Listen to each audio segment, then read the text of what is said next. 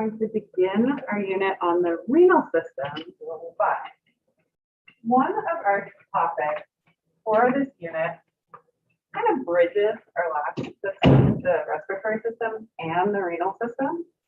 I'm just going to tell you up front, some of the other lecture sections put this at the end of the unit.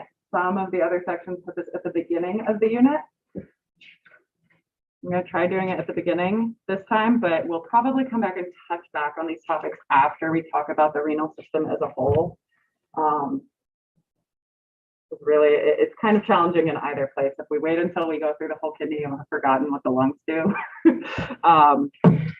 But a couple of these topics will make more sense after we go through the whole renal system.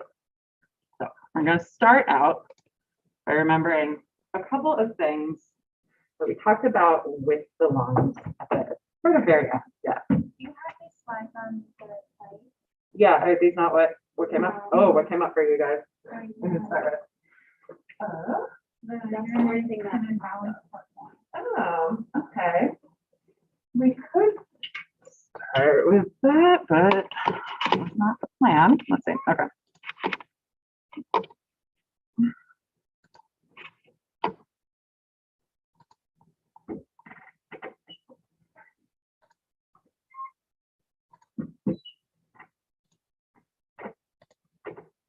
So I think this is where is this not what you guys saw? Yeah, Only the fourth one showed up. Okay. At all. Okay. Switch the links, but I know some of you print out your stuff. So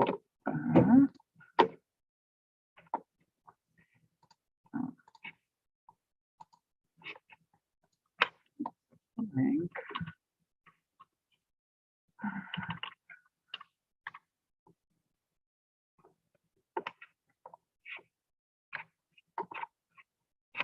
In that case, we will definitely be coming back to this at the end.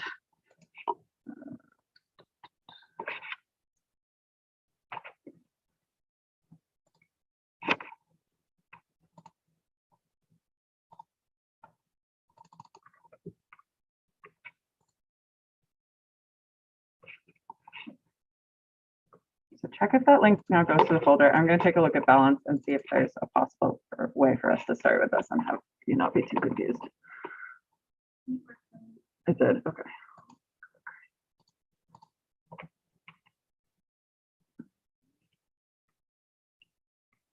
Yeah, this is not bad. Okay. Will be definitely out of order versus what everybody else is doing, but that's okay. Yeah, we can start it this way because I know some printed stuff out. Okay, let me just grab the instructor version of these slides.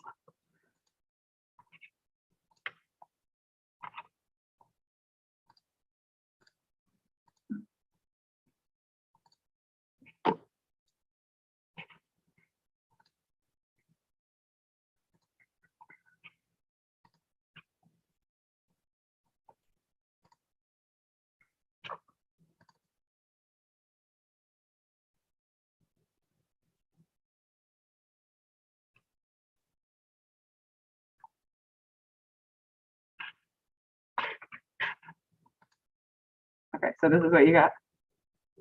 Okay. Yeah. So never mind what I said about the respiratory system. We will be coming back to that later. So instead, today we're going to start talking about some things that we can balance in the kidney. Okay. Which is great because the kidneys are involved with balancing a lot of things, pH, as we will jump back to later. But also a very important role is the balance of water. Okay. So we're going to think about the concept of balance and we're going to think about water balance itself. All right. So the concept of balance is really just like the concept of homeostasis. So when thinking about the fact that when something comes into your body, you either have to use it or you have to get rid of it if you're going to maintain constant concentrations, constant amounts of things within your body, which you do want to do because your cells need to be able to predict what they have accessible to them. So for water, what we're thinking about, anything we input to the body plus anything we produce in the body, and we do sometimes produce water through certain processes, is going to have to be equivalent to how much we use up, plus how much we get rid of. So what our output is, how much we excrete. So the kidneys are going to regulate the water content and the solute content of basically our blood, which is also going to end up determining the volume of the blood. They also regulate acid-base balance, which when we talk about that is going to have to do with the number of hydrogen ions and bicarbonate ions we have present in the blood. And then the composition of the different compartments of our body will partially be regulated by these things. So depending on how much of each solute, how much water is in the blood, how much bicarbonate versus how much hydrogen is in the blood, this is going to affect the fluid that we talked about way at the beginning of ANP1 in the different fluid compartments. So our fluid inside our cells, our fluid surrounding our cells, fluid in the connective tissue, the gastrointestinal tract, so on and so forth. So we're going to have communication between all of these different parts of the body as well. Take the gastrointestinal tract, for example. So anything you eat or drink is going to affect how much fluid you have within your body. So we're going to have to pay a little bit of attention to how water is transferred between these different body parts, basically. So we can diagram out where the water is coming from and where it's going to. So if we think about our most obvious example, say drinking a glass of water, we would think about ingestion. And then our fluid would go into the lumen of the digestive tract. The digestive system will be our next unit. Lumen is just the inside of something, a hollow inside of a tubular structure in your body. To actually get fluid into your plasma, so into your blood, into that extracellular fluid around your blood cells, you have to absorb water from the digestive tract into the plasma. So absorption is going into the blood from the digestive tract here. We also can secrete materials from the plasma into the digestive tract. So we'll see that enzymes in particular will be secreted easily. Then we have some excretion. There's minimal water excretion in our feces, but there is some there. We don't want to have completely super hard solid poop. So we leave some water in there. So there's some water leaving the feces. We think about our cells. They both put water into the plasma and they soak up water. Same thing is going on with extracellular connective tissue, and this includes bone. We have both directions going on. And then we can think about the relationship to the renal tubules. So this is part of a structure in the kidney called the nephron. So we'll talk about the structure of a nephron later in the week, but the renal tubules, we're going to think kidney for now.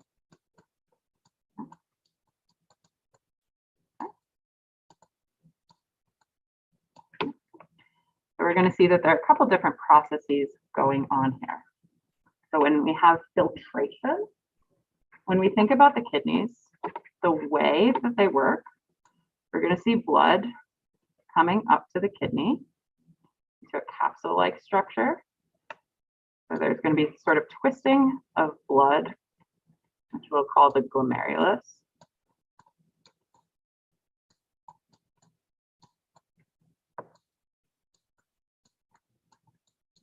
Okay. And when we say filtration, what we mean is that most of the contents of the blood flowing through the glomerulus end up inside the renal tubules inside this nephron in the kidney. So filtration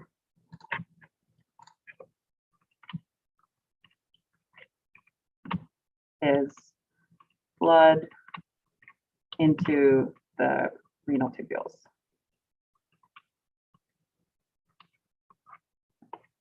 So that's filtration. The other process that we can have happening here, the next one down, secretion. So this tells us that secretion is going into the renal tubules as well. Okay. So secretion happens later on in the structure, not at this initial structure called the glomerulus. It happens also from a source of blood, but from capillaries surrounding later parts of this kidney structure. So secretion, we're going to think about it as, capillaries. For now, we'll just call them other capillaries into the tubules.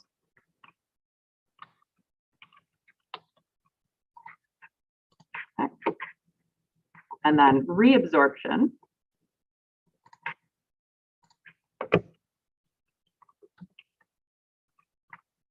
is when we have stuff coming out of the tubular fluid and going back into the blood, into those other capillaries.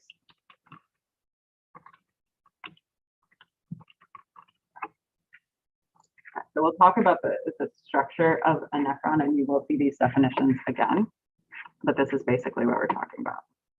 I think I'll throw one back there. Will show up soon. Okay.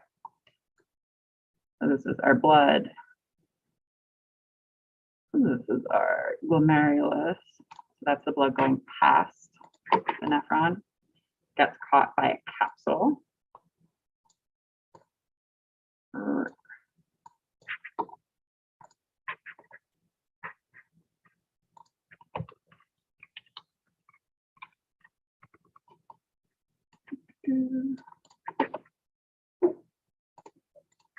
Glomerulus is this first sort of network. And then Bowman's capsule is this capsule that's catching it.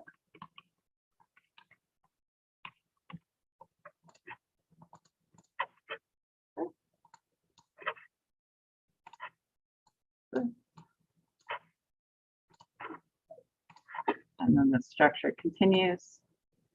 We have what we call our proximal tubule. So whenever you see the word proximal, that just means like nearer to the origin of something. So proximal tubule.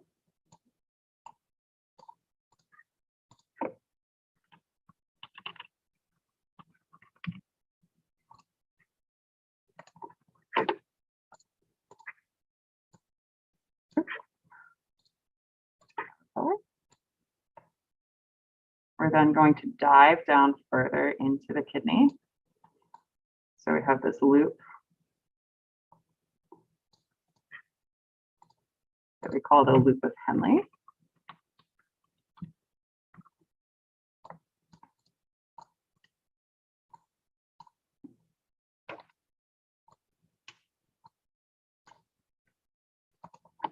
And then we're going to have another twisty tubule.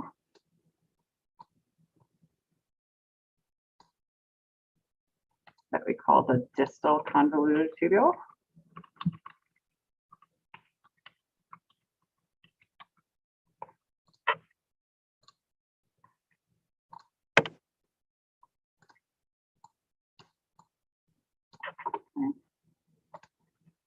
And then this will pour into a collecting duct, which ultimately leaves the kidneys and becomes urine.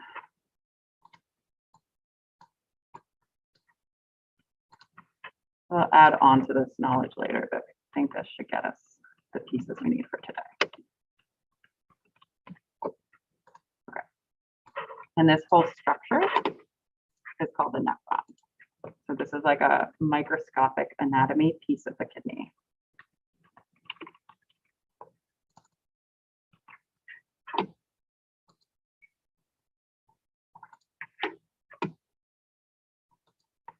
So when I say filtration is happening, I can draw on here, right? So filtration is what's coming out of the glomerulus into Bowman's capsule. So that would be the filtration piece. Secretion is that there are other capillaries surrounding the nephron. So secretion would be if we went from there into the fluid traveling through the nephron. And then reabsorption is if we come out of this fluid in the nephron into those other capillaries later on, not at the beginning of the glomerulus. Try to leave some of that stuff up there. Okay. So we could have water filtering out of the plasma, here's the glomerulus. If we added water into the tubular fluid from any of these other locations out of the capillaries, that would be secretion, or we could reabsorb water out of the tubular fluid into capillaries again later on. Anything that stays in this structure, so anything that just like travels all the way along and ultimately ends up in the collecting duct, is going to be excreted as urine. So that fluid that remains within the nephron, within the kidney, that's urine. We can also lose fluid for other reasons, so not typical normal things we think about necessarily, but sweating, you lose fluid out to the environment through your skin. Hemorrhage, hopefully we don't have happening, but if you are physically leaking blood and plasma out into the environment, that is also losing fluid. We also, when we respire, when we breathe out, because we know that air has been humidified as it moves through our respiratory tract, that also is another place where we are losing a little bit of fluid.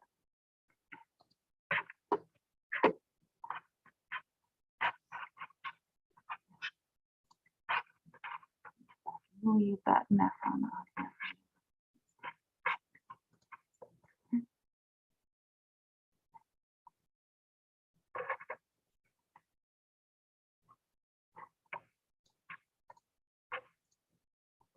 No,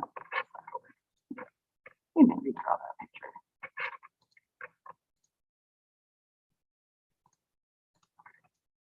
So when we're thinking about solute and water balance, we're going to have solute and water entering and exiting the plasma at the same rate, because we want their quantity to stay the same. That's the idea of balance, right? We want to keep it the same.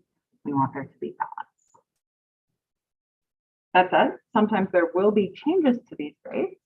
So we call it positive balance if we have solute or water coming into the plasma faster than it exits. So if we're in positive balance, we have more input than we have output, which means our level is rising, right? So we increase the quantity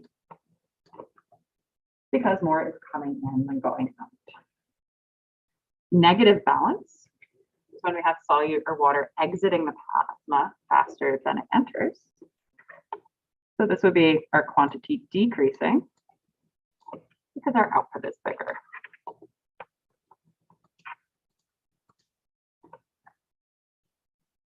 So it's the cells at the end of the nephron that are going to be regulating that balance. I'm going to quickly just make sure I have an empty spot. Yeah, okay. I'm going to redraw that nephron on now. So we have our blood and the glomerulus here. Next we have Bowman's capsule. We have our proximal tubule or proximal convoluted tubule here first. Then we have our loop of Henle. And then we have our distal tubules, convoluted tubules into the collecting duct. So I will remind us of the terms. Okay.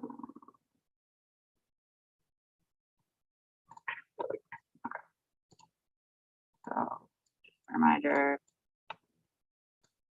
glomerulus.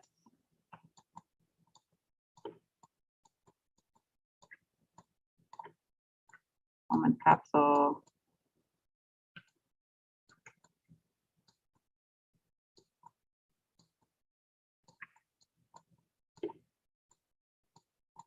Proximal tubule.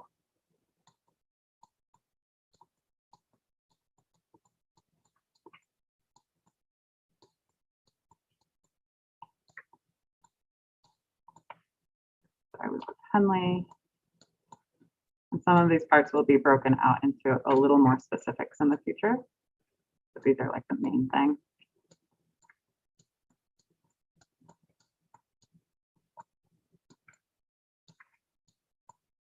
And the distal tubule, rooted tubule.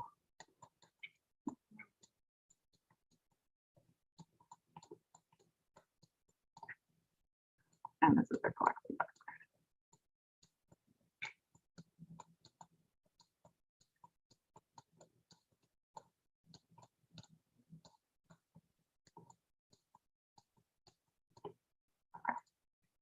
So, yeah.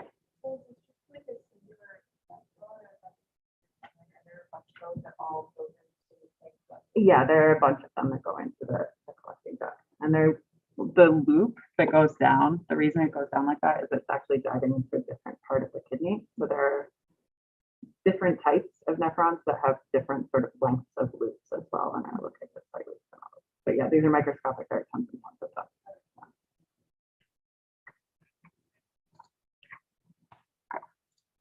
So the cells that are controlling our balance are mainly quite late in the process. So our principal cells are controlling water and electrolytes. So like in our distal tubules and our collecting duct.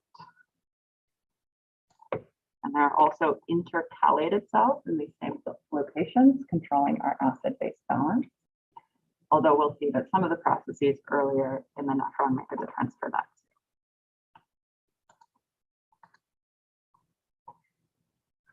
So when we think about water balance and osmolarity, we do have to think about hormones. There are going to be hormones involved that basically control how permeable different parts of the nephron within the kidney are to water, and therefore how much water can cross, can be reabsorbed from that tubular fluid back into the plasma.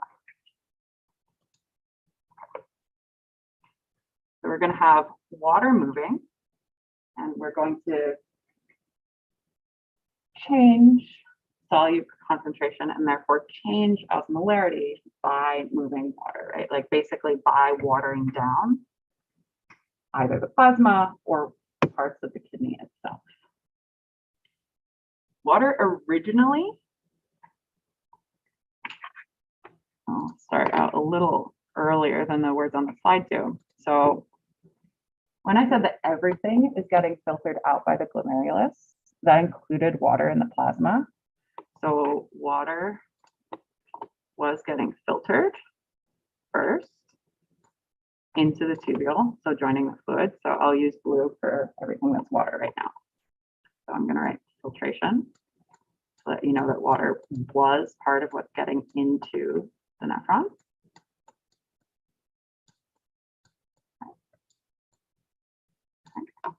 So then in the proximal tubule, we have all this water flowing through that tubular fluid. We begin by reabsorbing some of it. So we reabsorb it out of the tubular fluid into the cells surrounding. So we do have capillaries in this location. They're called peritubular capillaries. All that means is they're capillaries next to the tubule. So we have water being reabsorbed here. Part of the movement of water out of the nephron helps us establish basically like how salty the inner parts of the kidney are. We'll see water moving out of this loop as different parts of the kidney have a different amount of pull on that water. So the movement of water partially helps us establish what we call a medullary osmotic gradient. And we'll talk about that in one of the other lectures. But just as a reminder, so the kidney, we haven't talked about its whole structure, but the medulla of the kidney is going to be like the inner part. So we're going to have an outer shell of the kidney, which I'll highlight in pink. So we have a cortex all around.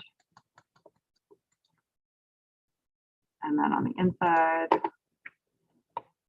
those are really different, the medulla.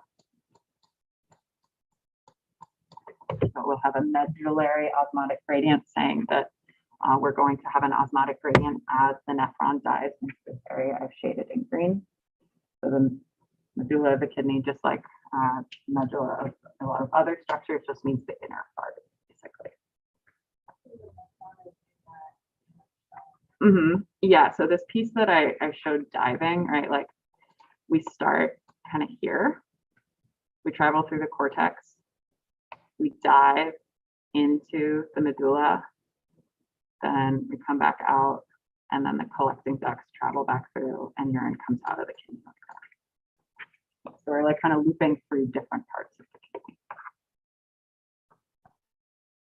So water balance will be related to the amount of solutes in the medulla, and the concentration of solutes in the medulla will also control some of the reabsorption that happens in the distal tubule and the collecting duct. I'm going to draw some more water on that upper image. So we had a bunch of water being reabsorbed in the proximal tubule, so coming out of the tubular fluid back into the body, so reabsorbed. We'll also see that happening in the distal tubule and the collecting duct, but this will be a controlled process controlled by hormones.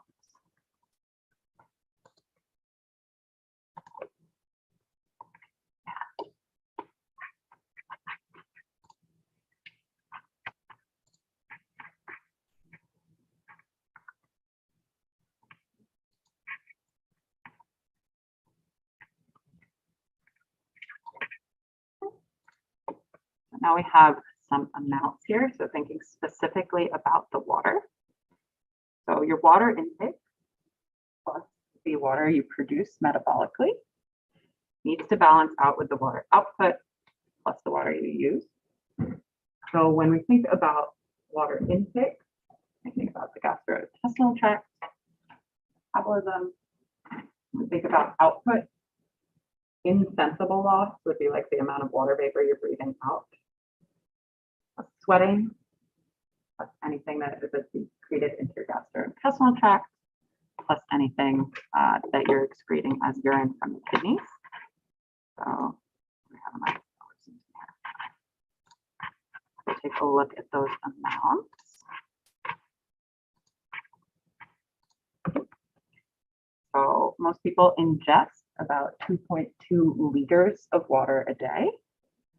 That goes into your digestive tract, adding to your total. Okay, so that's our water input, part of our water input. Ingestion. Cellular metabolism creates 0.3 liters a day. So as you do respiration, you have your water as byproduct. We know it's glucose plus oxygen, giving us water, ATP, and carbon dioxide for our aerobic cellular respiration. So that adds a little bit to your water input, your 0.3.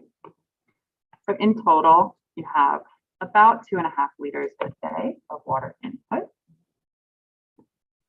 So this is adding into your total body water, which at any given time is probably about 42 liters a day. So you're not replenishing all the water in your body in any given day, right? You're just sort of topping up what you're losing.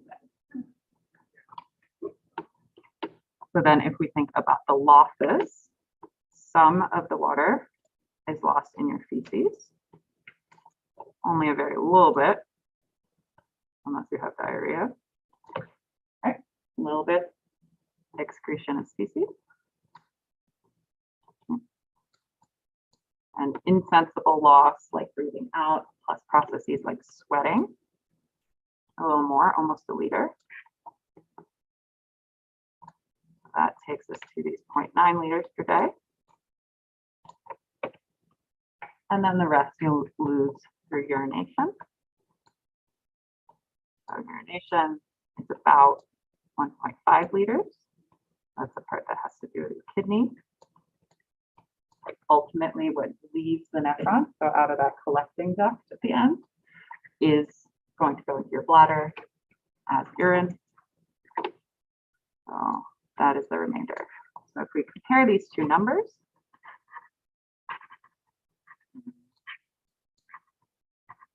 we can see that we are in balance because we have the same input as output, right? So balance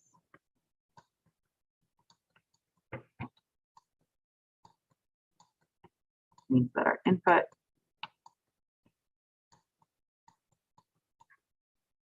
equals our output.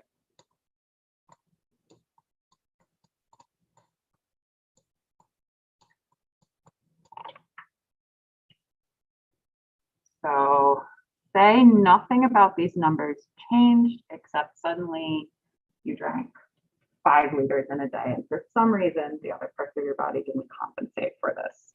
We had two other terms, positive balance and negative balance. What would that be if you suddenly drank a ton of water and your body didn't compensate? Yeah, exactly.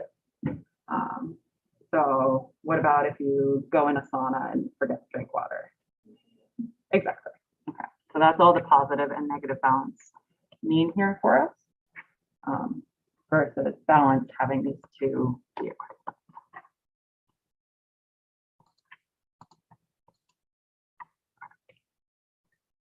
So water balance is important because most of your blood is made up of water because there's so much water in the plasma.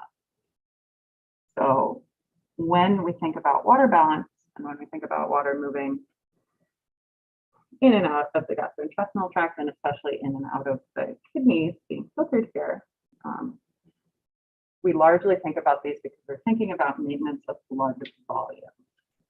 So when we talked about blood pressure in our first unit and MAP, we said that sort of long-term regulation doesn't have to do with that baroreceptor reflex, doesn't have to do with resistance in your arterial regulation of long-term blood pressure issues.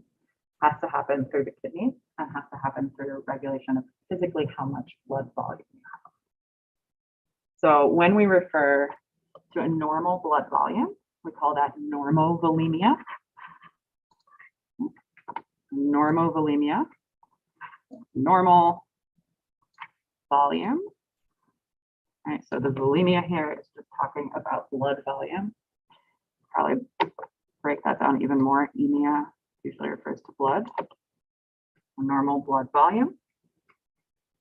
If we have positive water balance, so for some reason our input is greater than our output, we end up with hypervolemia. Hypervolemia. If we have too little blood volume, so if we have negative water balance, we're going to have less blood. So this will be hypovolemia. So hypo, less, full volume, emia, blood, so low blood volume versus high blood volume.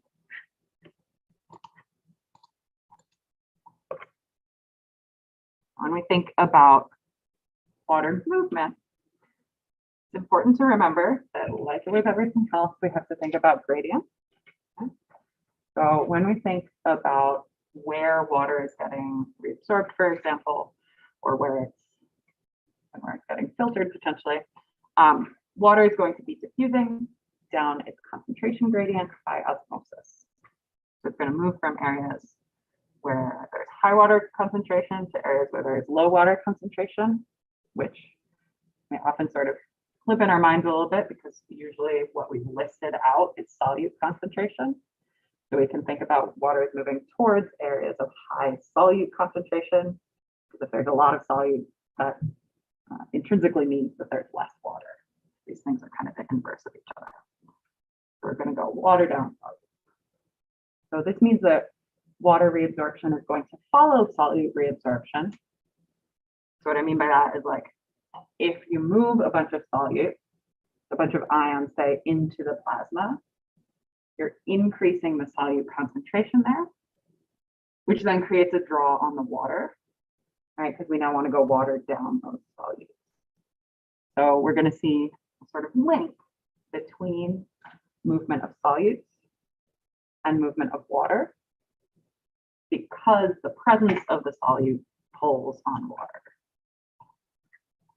Is that what you kind of meant by salty kidney? Yes, yeah, we're going to talk a lot about specific osmolarity of different portions of the kidney. Yeah, so yeah, we think about it as being salty, but that has to do with solute concentration. Great question. So the osmolarity of normal body fluids is 300 milliosmoles. So that's 300 milliosmoles of solute per liter of plasma. Make sure it looks really bad. I'm going to X out of that to see if I can make those a little more readable for us.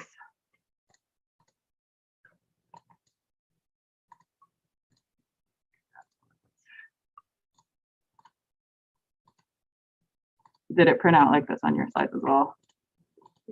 No, you can see those on your slides? Okay, awesome. In that case, look at your own slides for this. I don't know why I got reformatted here. Okay.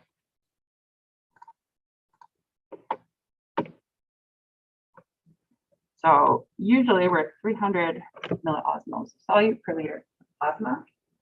And at this point, there's no osmotic force for water to move between fluid compartments, because, for example, inside the cell you're at 300 milliosmoles versus outside the cell you're at 300 milliosmoles. If you're at equilibrium, there's no force for anything to move. In the kidneys, we are going to have changes in osmolarity.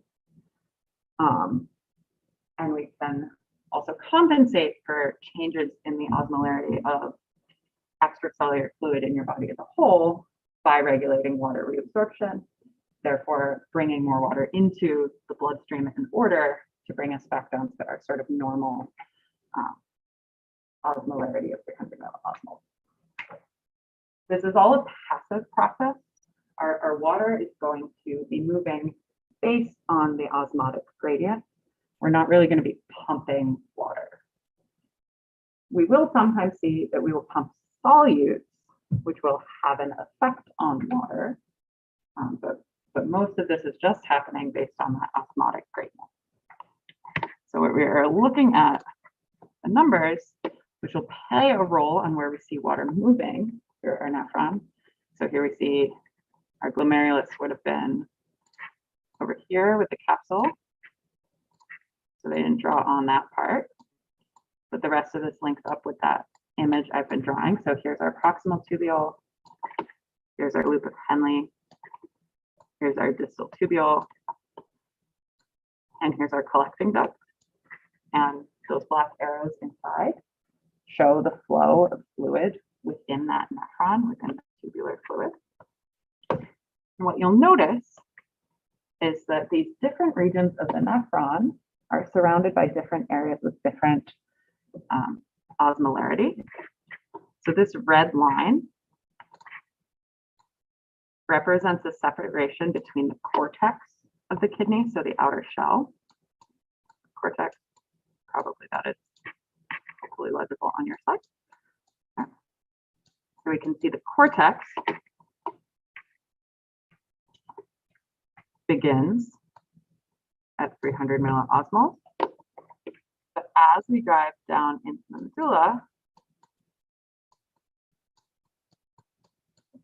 so we see the loop of Henle diving down into the medulla, you can see it has increasing osmolarity. So what that's saying is that this part of the tissue, this part of the kidney, literally is increasing. So it has a much higher osmolarity the deeper into the kidney you go.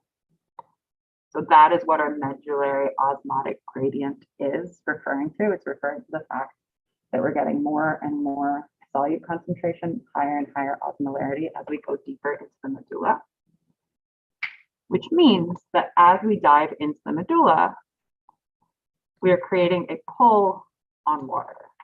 So we'll see that there's a pull on water created here as we dive down into the medulla because of this increased osmolarity.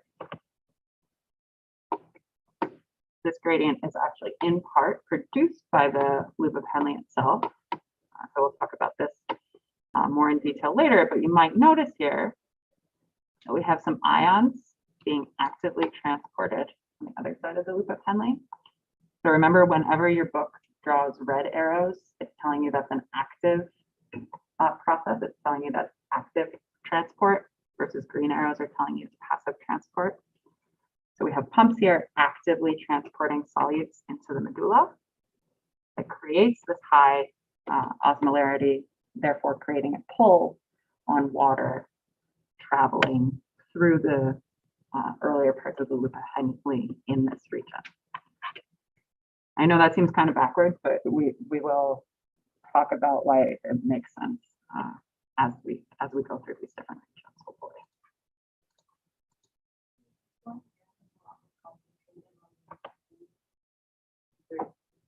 Mm-hmm. Yeah, it's because you're trying to maintain blood volume. So any of that water in the blood going through, you want to keep it in your blood. And yeah, that means that there's less remaining to stay in your urine.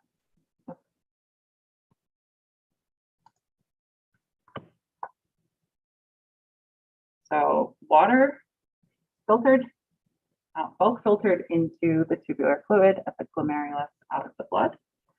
And then the first place we really think about sort of the water balance is when we first enter the proximal tubule.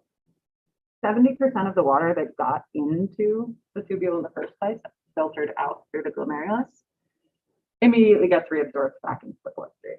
So in your proximal tubules, 70% of that water is being reabsorbed.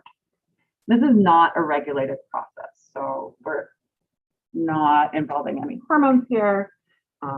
This is not a selective process. So this is not where we would change the water balance based on hydration levels. That comes later in the process. This is just happening like the whole time. It's in the distal tubules and the collecting ducts where we can control the water balance. So we do have more water to reabsorb, right? We only reabsorb 70% of the filtered water.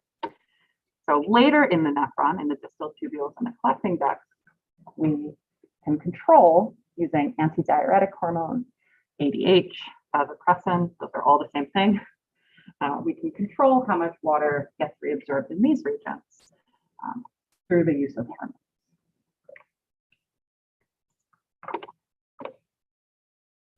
So we are at time, so let's stop there for now. And I will email you guys with a plan for where we are picking up next. We may continue here, but I want to check that that makes sense for us to do. But I'll let you